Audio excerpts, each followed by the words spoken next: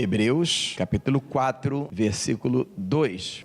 Hebreus 4, 12. Porque a palavra de Deus é viva e eficaz e mais penetrante do que espada alguma de dois gumes, e penetra até a divisão da alma e do espírito, e das juntas e das médulas, e é apta para discernir os pensamentos e intenções do coração. Agora, 1 de Pedro 1, versículo 25.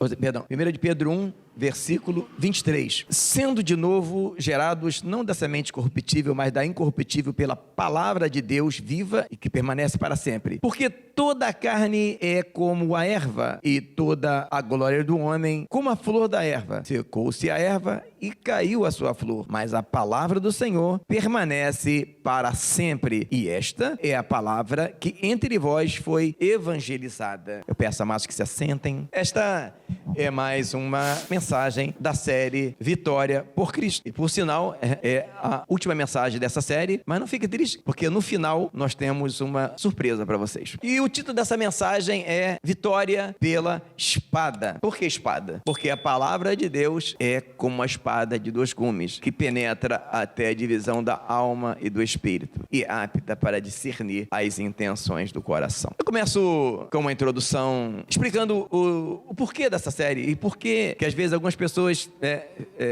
talvez não entendam o motivo dessa série. O motivo dessa série é porque nós não viemos para o Evangelho pelo que Cristo tem para nos dar, porque Ele já nos deu, o que Ele é para nós, nosso Salvador e nosso Senhor. Mas, em tempos de tanta heresia e apostasia, às vezes existem pessoas no Evangelho passando por situações desnecessárias, por falta de estudar a palavra. E por isso que teve essa série de mensagens, Vitória por Cristo. Na verdade, Vitória por Cristo poderia ser chamado de Vitória pela Palavra, porque Jesus Cristo é a palavra. E hoje o tema é Vitória pela Espada. Por quê? Por que necessidade de se falar sobre isso? Porque hoje nós vemos um pseudo-evangelho, um evangelho tendencioso, e como costumo dizer, o evangelho é a única coisa que não se adapta a nada. Se você tentar adaptar o evangelho a qualquer coisa, não funciona. O evangelho, ele não tem coadjuvante, ele é puro. É só ele. E quando tentam para fazer aquilo que a palavra de Deus diz. A Bíblia fala que a ovelha conhece a voz do pastor. E muitos mercenários, falsários, falsificadores da palavra, como Paulo chamava, têm aparecido no mundo. E por que eles têm, muitas das vezes, encontrado algum êxito? Simples porque são ladrões. Por que o ladrão, às vezes, ele consegue roubar muitas pessoas? Porque ele apresenta facilidade. Quantas pessoas têm caído em golpe porque são apresentadas para eles tantas facilidades e eles acreditam e acabam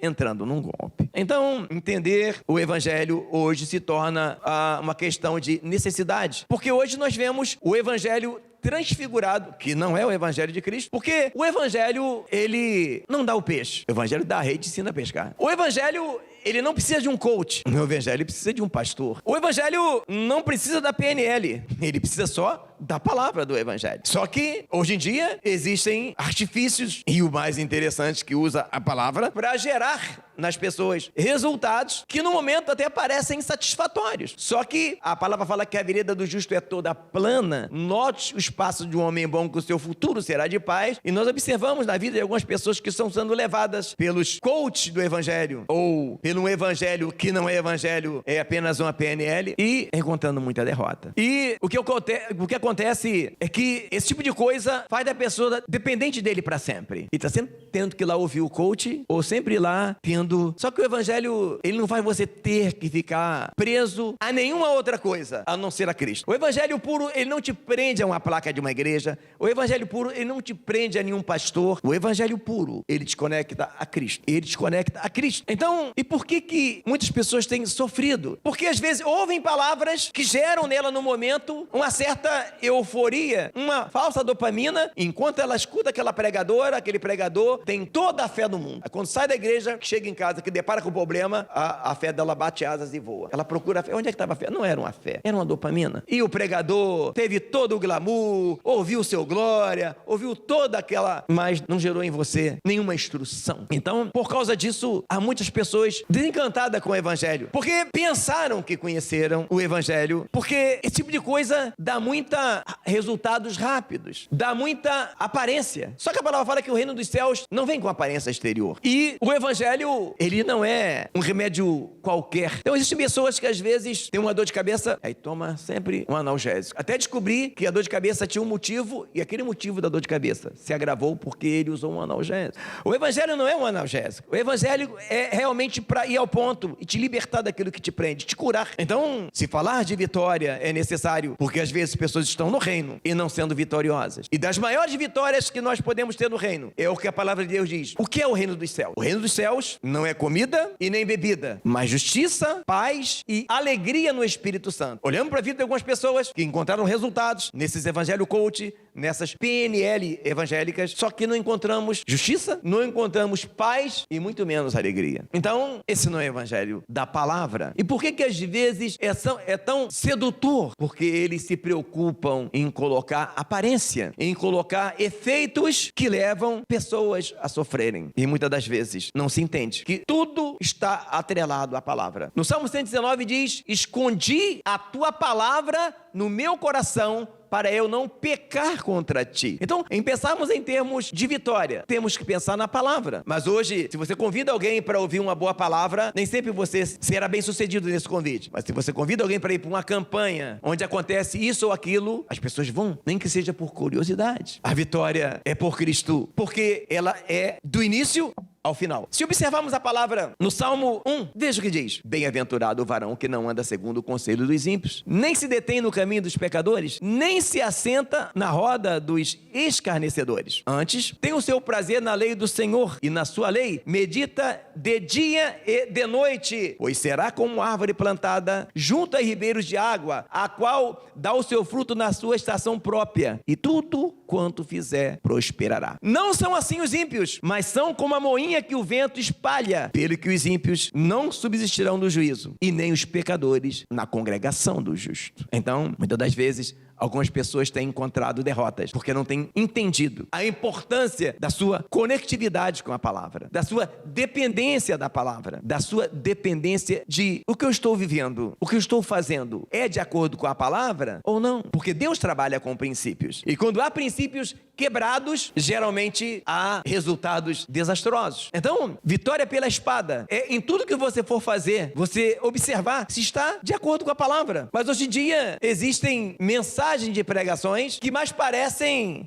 uma aula de filosofia de vida, ou às vezes parecem uma aula de boas maneiras. E uma aula de boas maneiras você consegue em várias religiões, várias e várias religiões. Então qual é a diferença do evangelho? É que eu já falei: alegria, justiça, paz, alegria no Espírito Santo. Só que, para que haja essa alegria no Espírito Santo, tem que se viver a palavra. E o problema é quando não vivemos a palavra. Não adianta alguém falar para você o que fazer, porque além de ser isso que eu falei, Paulo vai dizer assim, olha, Paulo escreveu assim nas suas cartas: porque não me envergonho do evangelho, que é poder de Deus. Então o evangelho não é algo inerte. E muitas das vezes, se você não está conseguindo vencer em uma área da tua vida, sem dúvida, é porque algo da sua vida não está de acordo com a palavra, sobre aquilo que Deus tem para você. Porque saber o que era para fazer, na velha aliança se sabia, só não se conseguia fazer. O que Cristo vem fazer quando Ele traz a nova aliança, quando Ele morre por nós, é fazer com que nós pudéssemos, sendo uma nova criatura, sermos cheios do Espírito Santo e alcançarmos graça, energia, para poder fazer aquilo que tem que ser feito. Então não existe esse negócio de pensar que eu sou assim e vou morrer assim. Ou alguns até pensam, né?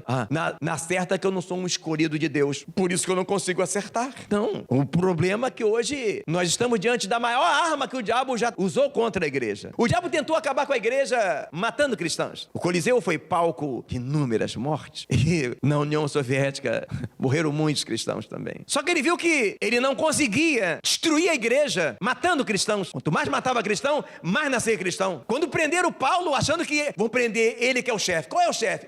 É o Paulo. Aquele é o cara. Quando ele chega, é simples. A gente prende o cara e acabou.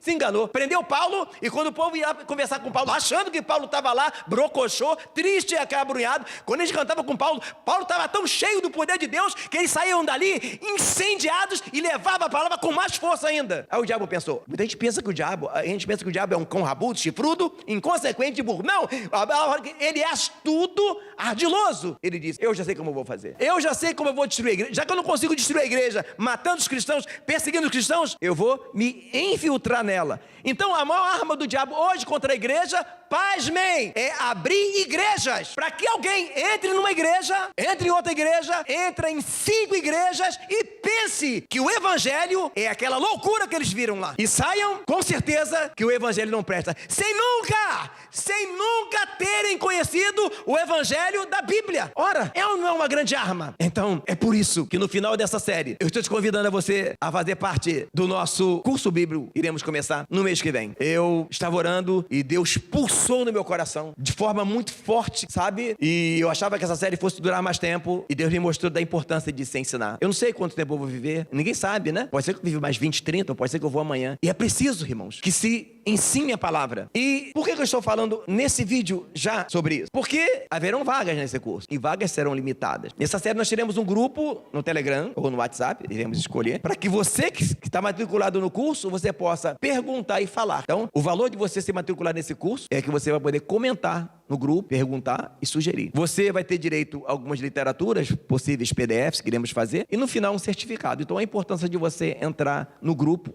se você tem acompanhado o nosso ministério, vai ser muito bom que você participe, publique sobre esse estudo, e é isso, amados. É isso que nós temos de novidade para o futuro. Peço que você ore, nós teremos esse mês, ele vai começar exatamente no início do mês que vem, para que a gente tenha tempo de fazer as triagens, e o curso será sobre fé, tá bom? Não sei quanto tempo vai durar, mas nós iremos falar muita coisa sobre fé. E com certeza, você não sai desse curso da mesma forma que você entrou, desde que você se proponha a fazer da forma correta. Fique atento, nos próximos vídeos iremos falar sobre isso. Esta é a palavra de Deus para nós nessa manhã. Vamos orar? Senhor Deus e Pai, te agradecemos, ó Deus, por mais essa bênção, ó Pai, esta palavra que Tu nos deste. Senhor Deus e Pai, eis aí, ó Deus, o nosso desejo, o nosso anseio. Venha abençoar, ó Pai, esse estudo que iremos começar, esse curso. Venha nos dar, ó Deus, a Tua intuição, a Tua graça, abençoar todos aqueles que irão participar, ó Pai. Senhor, te peço que abençoe também essa votação, guarda os Teus servos que, porventura, ainda irão votar, ó Deus, porque sabemos que há um grande impasse e que haja a Tua proteção, ó Deus, e que tudo seja feito para a Tua glória, ó Pai, e que nada foge ao Teu controle, ó Pai, que nós te pedimos que seja feita a Tua vontade, para a glória do Teu nome, em nome de Jesus. Amém.